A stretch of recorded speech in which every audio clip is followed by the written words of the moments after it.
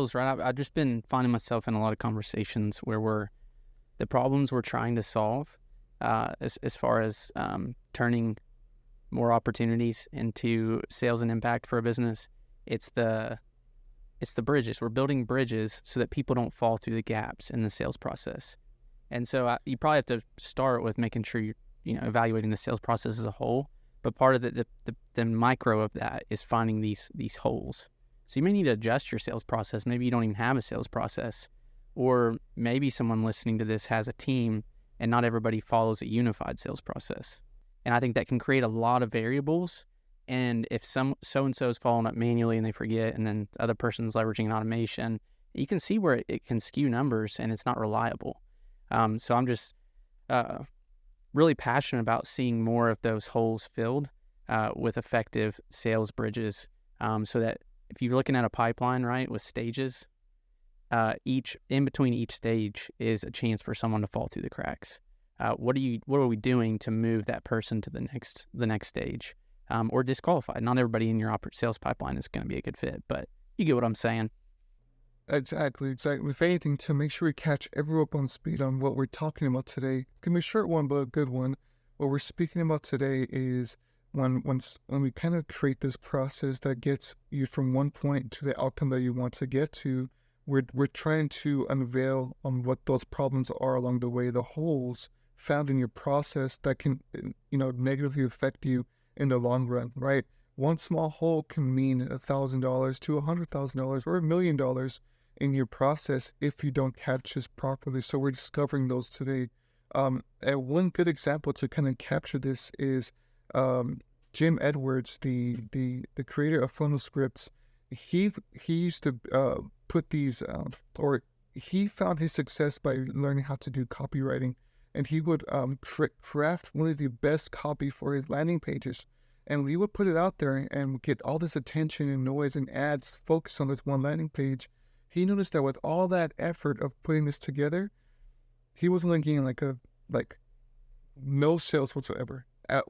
He spent thousands of dollars on this already. And he says, what is causing this? What's causing this? The disconnect between the people who are coming to my page and not actually taking action. And what he realized was that it was the headline, right? The headline itself. He changed just the headline tweak in itself, and within 2 minutes, he got 4 sales, right? And that's like, in the way sometimes these little problems can make the biggest difference, right? Especially if you're just starting out or getting the process going, and you get like a dirty list together just to get the job done, you pass this off to someone. A lot of the times, just one piece in that big puzzle that's going to throw everything off for you. And that's what we want to chat about today. Some of the stuff that we've seen, because we've been through some stuff, but also kind of leave you with some questions that can make you wonder, what holes have you left behind that you don't realize is there? Last thing you want is to break a leg walking through that, right? So that's the goal for today. I love it. So that reminds me of the idea that you have the systems, you have the perfect systems to get the results you're getting currently. There's a better way to put that. But essentially, it's kind of freeing, but it's also like, okay, sometimes like, what do I even need to fix? But the results you're getting, even in your personal life, you reverse it back. There's some form of system. System is just a series of steps, and it comes down to level of intentionality and efficiency in that. So how efficient can you get it to get the results that you want? And so I think there's some tech things that can happen. This can be communication issues between you and other people. Right? I mean, we're still working through that, like, okay, who does what, or, working on our own sales process. It takes time, and just making sure, I think just keeping this concept in mind, okay, where are the potential holes here? And so maybe that's a good place to start real quick, and we'll wrap it up with some practical application. But where to look for some of these holes that are commonly seen in business. So true. I think if it comes back down to what we're speaking to and teaching in our last couple of episodes, the promotion and motion, right? It all starts with that reaching out and promote, working with these influencers with Dream 100 partners, right? If you ask yourself, what could the person that's viewing you see that may be kind of cause a withdrawal in your relationship, right? Like, for example, I've heard in the ClickFunnels community, when they're creating summits, a lot of the times it's best to get the ideas and just set up 70% of your work before you even consider reaching out to an influencer, because they want to know that you're serious and you've put in the effort to do what you say what you're going to do, right? And that's a whole in itself. Sometimes people get so excited and say, I'm going to reach out to this company. Hey, Mr. or Mrs. Influencer, can you work with me? Sure. What's the idea? What process do you have about? When do you plan to launch this? How are you going to do this? And at that moment, you're like, I don't know. I was just so excited. I want to reach out to you. And that in itself, it's like they will think, oh, you're not prepared for me. Goodbye, right? And that's a whole, believe it or not, So that's like a good concept to ask yourself.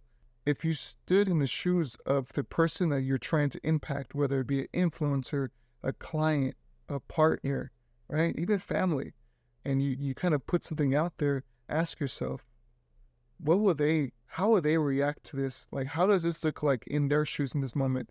Am I ready? Will I wow them? How do I create that 7-star experience? Right? So I think that's one good way to ask yourself that.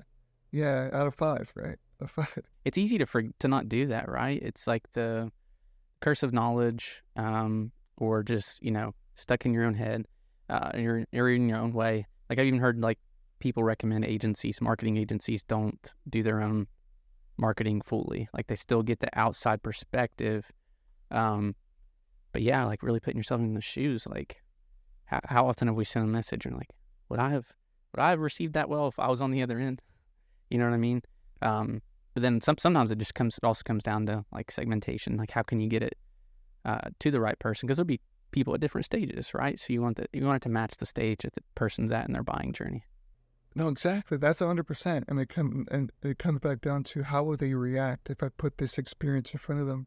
Like, if you reach out to a beginner and you say, hey, I will teach you how to 2x your 15 sales team members, right, in just 30 minutes. And you're like, I don't even have a single salesperson, right? It's like they can't buy in on that because it's not for them. So segmenting and realizing who you're speaking to, you sell one person at a time.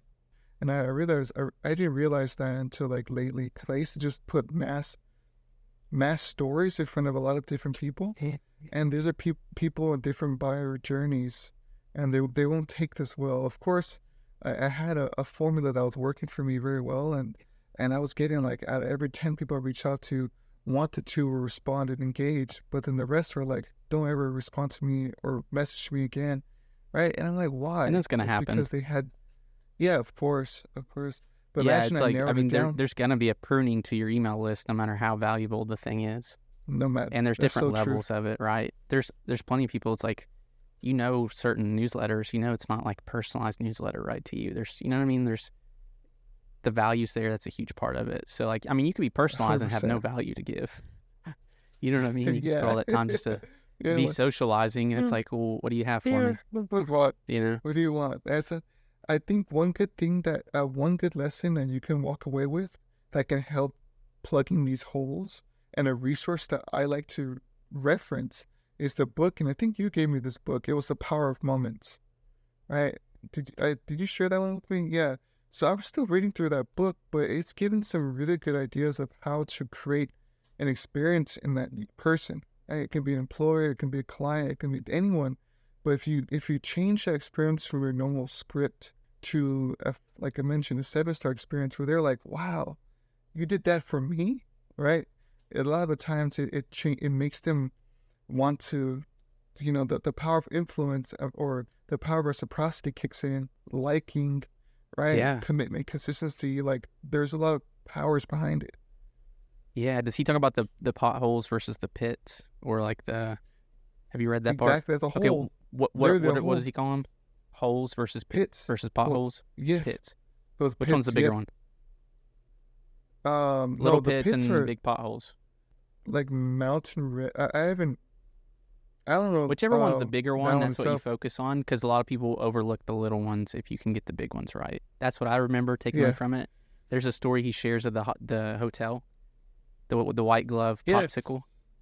Yeah, so it's Yes. like Give him everything that about the story. hotel Explain for that the most story real part. quick. Yeah, so one of the highest rated hotels, I don't know, it was Beverly Hills or wherever. Um, for all the typical amenities and just what you'd expect for a hotel, or like the quality of the bed and the bathrooms and the rooms, nothing special. Nothing special that warrants this place to be number one. But what really sets them apart is that memorable experience of it's a hot day, you're in the cool water at the pool. It's not the most amazing pool. But what do they have over there? They have this really appealing red phone that you can pick up, and it's like the popsicle hotline. Call in a popsicle, whatever flavor you want. Obviously, the kids are going to go crazy for that. And like a butler comes out with white gloves, just for you, white glove experience, literally, and gives you the popsicle on that hot day. And where have you ever seen that in a hotel? So you always remember that. It's the same reason why someone will sweat and wait in line in Disney in the month of July with kids screaming and crying, to where like if you look at the percentage of the moments, or if you did an audit of how they were enjoying their experience like throughout the day, they'd probably say like, terrible, man, this is awful, like all this waiting. But those magical, imaginative experiences, the kids seeing Mickey and the rides and seeing the joy and the pictures they take, they're so grand, and you don't get them anywhere else, that when you leave, you're like, that was 10 out of 10. That was amazing. That was amazing. 100%. And so it's just 100%. I think it's a perfect point here. As we're talking about holes, it could be easy to fill out, pick the little tiny ones, maybe that don't take a lot of effort. But what are the big ones that are a lot of water's coming out? 100%. I think what you mentioned recently was peaks versus pits, right? If you can create a peak moment for someone, they're like, wow, like that was so high up and out of my standards that anything else, it's kind of irrelevant. And even Stephen Covey references that you put more deposits in your relationship with the person at every withdrawal. If you have a big bank account with them, emotional deposits, you kind of overlook the little stuff, right? The balance is still in the green, right? And I think that's a really good point. You can apply that anywhere, right? Like I mentioned, like with a client coming into your world, I saw your email that did this. A client came in, after you had your sales conversation with them, you followed up with them with 2 pieces of resources, right? That they can run through about their specific problem, right? And then you said, here, what next steps look like. And you kind of over-delivered versus, hey, I'll see you in the next call. Right. And I was like, wow, I start stealing that. I was like, okay, I'm going to go ahead and find some examples and use cases for you. So that way you can get some creative flexibility going on what you would like when engaging with us. Right. And they're like, like that was one of the best interactions I've had. And it's nothing meaningful. I actually even quoted some of these use cases from the report, so they don't have to read it. Right, I can go above and beyond. So those little things make a big difference. So that way, I'm like, hey, I'm saving you time. I'm giving you exactly what you want. That's tailored to you, and it's only going to grow from here. Of course, that wasn't like your popsicle hotline situation, but it's something, right? It's more. Yes, it's more. It is more. And as the relationship builds, you can go deeper from there. Exactly. I really like it. So let's get really practical here. Let's break it down into a few categories, overarching pillars of where to look for holes. Let's focus on sales specifically. Marketing, we could do lead gen at another time, because I think the point here is a lot of people will invest more, double down on marketing, thinking that's the problem, but you may be missing the holes that fall under these 3 pillars: capture, nurture, close. Capture, nurture, close. So capture being, this is the funnels, this is the tripwires. I see a lot of times, like, man, you only have like one way for them to get in touch with you or to enter your world. Like, you know what I mean? And then I saw someone the other day, it was like, man, I had so many valuable ways to get involved with them and start learning from his resources, and where I could talk directly to him depending on the speed. It was like there was plenty of options depending on where I was at in my knowledge of him or the pain of my problem. And so look for on a funnel instance, or this comes down to your website and funnels. What comes top of mind for me? Maybe speaking to that one real quick, and then we'll move on to nurture. Yeah, I'd say the capture point is just like that moment where you're just working a promotion to someone, right? When you're out there and you're giving some kind of value, let's say it's from a blog post or from a video, you put it out there, but you know that, hey, here's what next steps look like that's beneficial to you, right? Here's a resource that I didn't mention that you may like, right? A lot of the times, people are more likely to take action when it looks like they are winning and you're losing, right? So one good example is like if I created a a 40-day follow-up sequence that you can keep for your sales process, right? And they're like, whoa, like 40 days of emails that you can send to your client and as a template? They're like, I think I want that because it's a lot of effort you put into it. You're losing, I'm winning, and it's free. Yeah. So a lot of the times that's a good way to capture, but also creates a deposit. They're like, you really did a lot of work for me, and I appreciate that. So it's a good way to capture. Absolutely. I like it. All right, let's move on. So let's say you start filling those holes. You start having more of those peaks for people to say yes to. You start getting down the funnel, from top of funnel to middle of funnel. We won't go into all that, but now we're in the nurture phase, right? Someone raises their hand. They're a lead. They're in your CRM. They're in your sales sequence. They're in your pipeline, depending on what your setup is and what they said yes to. Now we're the nurture phase. This is where fortune's in the follow-up, right? That's what we're super passionate about, helping people get that follow-up on point. And this is where a lot of disconnect happens, from lead gen to nurture. Lead flow to cash flow is that missing piece of the follow-up, that quick, consistent, personalized follow-up. So I have like 9 sub holes that I could just riff off. Let's just do it for the people, and maybe we can make this a little short video that can be memorable. What do you think? Of course. Let's go. All right, let's just do it. Number 1, initial contact and response time. That's the quick part, right? Especially if you're a service-based business or maybe you're a local business. People are going to move on to the next person if they don't hear back from you. There's that one. Personalization. Is the communication personalized to address the specific needs and interests of that person? Personalized content is perceived more valuable, even if it's the same thing without the personalization. Number 3 would be content marketing. Are you consistently driving valuable content in those follow-ups? Like valuable resources, like, man, like this is almost like his free stuff is so good. I feel bad not giving at least my time to see if this is a good fit for me. Number 4 would be leveraging multi-channel, or leveraging email and SMS. Those campaigns. Are you putting intentional campaigns on the back end of your funnels? Number 5 would be multi-channel engagement. This, especially if you can do outbound in your business, if you're B2B. Are you doing multi-channel engagement alongside the inbound people coming into your world? Number 6, lead score and segmentation. So this, you don't have to get into lead scoring, but really just, are you kind of organizing your leads as they come in, so you can like, man, I have this idea, this campaign. I know exactly how to find those people in the back end and put something out to them. Number 7 would be follow-up strategies. Just overall follow-up strategies, probably when it comes to like manual follow-up, right? Do you have follow-up strategies when someone responds? What's your strategy to engage with them on these channels? Number 8 is sales and marketing alignment. Like I just said, right? This is where product market fit is your solution. Problem market fit is the messaging. You don't want this really effective hook and powerful front end ad, and then they get into the back end of your sales, and there's just some wait. I thought you were offering, or I thought you could help me with this, and then it's just disconnected. So that's a huge one. I think that's the overarching bridge. And then finally, I would say tracking and analytics, right? So you can make data-informed decisions about how leads are interacting. If you don't even know what people are doing, how they're interacting with you, then it's going to be hard to know what other holes to fix. So there'd be 9 there that I wrote down. That's a good one, especially the last one where you know that, hey, how are they reacting to what you put in front of them?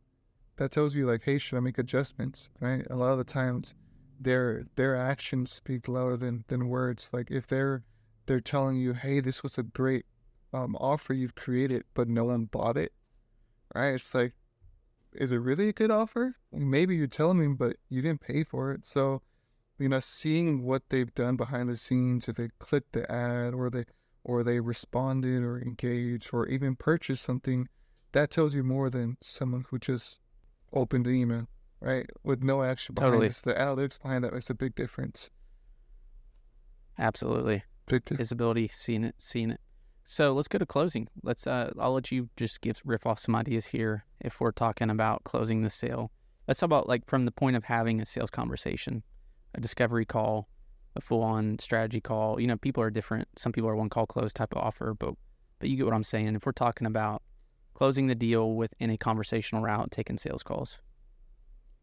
I fell in love with Alex Hormozi's closer framework. That's absolutely amazing. Like if you can watch on YouTube, it starts with like clarifying the problem, then labeling it, right? After that, just the fact that he has this clean process that's conversational, I think it's absolutely amazing. And I think that's what it comes down to. What's that saying? It says people don't really care what you know until they know how much you care, right? And when you're having that conversation with them and preparing in advance with possible solutions to their problem, that's the biggest thing I feel like in closing, right? You're saying, The one I who know cares what the you're most talking about the prospect wins. Exactly. And it's like if by you having a conversation, you have a framework that you follow in your mind. In this case, the closer framework. But at the same time, you went further to understand what your problem really is, and what others are experiencing similar to what you're doing, and then you have a solution that fits that problem, and you sell the solution in a way that speaks to your problem. I think that's really what it comes down to, right? Like I can fix your problem. Yeah. So yeah, totally. So close to myself. Yeah, no, I was definitely thinking belief as the big. Well, we've kind of talked about that, Belief. right? Conviction. Yeah. Sales. Hormozi even says the sales is the transfer of belief across a bridge of trust. That's the first thing he always goes after. Like, do you actually believe in that you can get the results, or that you believe in what you do? And that's huge, because then you can be more detached from needing the sale, which is the next one, which comes down to a personal thing too, right? Like how bad do you want the money versus helping that person. But the more you have that belief that you can help them, you don't feel this as much pressure. And then you also have just the quality of the offer, right? And being able to communicate the value, because sometimes it's like someone will be willing to pay double if you just communicated the value better. And it's hard, but until they feel understood, like you said, how are they going to see it as valuable? And that's a big hole, right? The last thing you want to do is jump on the call and not know anything about the person or what they've experienced, right? And that comes back down to the point that we're talking about, like being prepared for that verbal judo that you're really about to get into, right? And it's not like trying to strong arm the person, but rather you're like, hey, I understand how you feel, right? And you're on their side of the table. And like, how can we do this together? Because I see your problem. I see where you want to go, right? And here's the disconnect that you've tried so far. It's not your fault, right? But rather, you were just missing this one piece. How do we get there together, right?